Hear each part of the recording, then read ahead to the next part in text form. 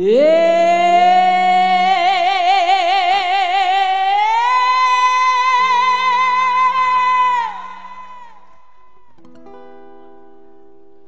สุดงามยามแลงแดนแห่งอิสลามผู้ผ้าป่าดงพงขึ้นนาเป็นตาอ่อนสอนดอกไม้สับซ้อนแสนสะอ้อนส่งกลิ่นหอมหวนสนสัตว์ทั้งมวลมีสิทธิเสรีร่วมสามัคคีเป็นพี่น้องเดียวต่อสู้เดินเดียวสร้างชีวิตใหม่เมฆมืดผ่านไปสีสดใสเข้ามาแทนที่ดินแดนแห่งนี้สุดชีลำคอเลือดนึกโลบดีชาแดงทั่วแห่งโหนศิษลาสู่สนผ่านแพร่ไพลีเขตปลอดปลายนี้จากษาศักดิ์ศรีแผ่ลัดสมีไปในชื่อแดนลาวแผ่ลัดสมีสีแดงอยู่ซ้ายสุดยอดนะไปในชื่อแดนลาว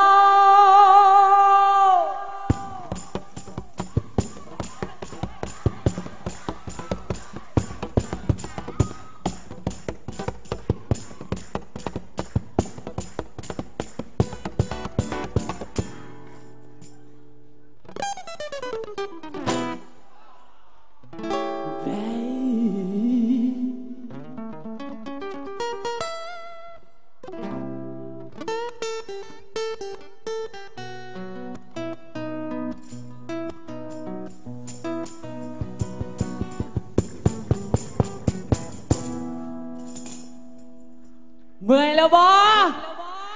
โอเคเนาะเดี๋ยวมันกันต่อ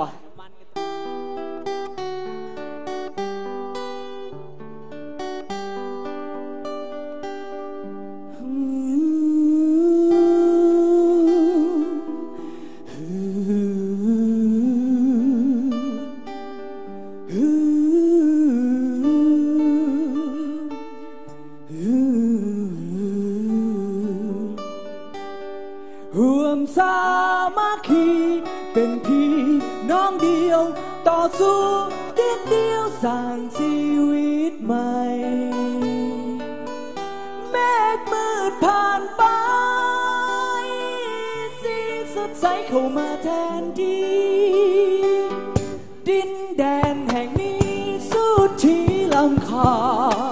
เลือดนักโลกเดชาแดงชั่วแห่งหัวศิษลาสู่สนผ่านแพร่ไพลีเขตปลอดปลายนี้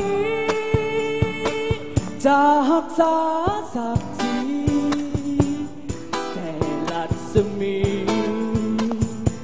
ไปในชั่วแดนลาวแผ่ลัดสมี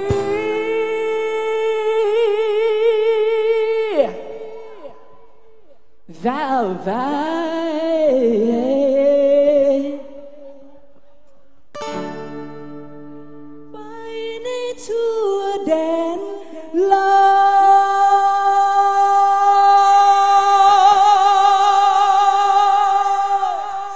วว้าวกับดีจี09ชาวกั้งมหาวงนอปธรรมดากันเลย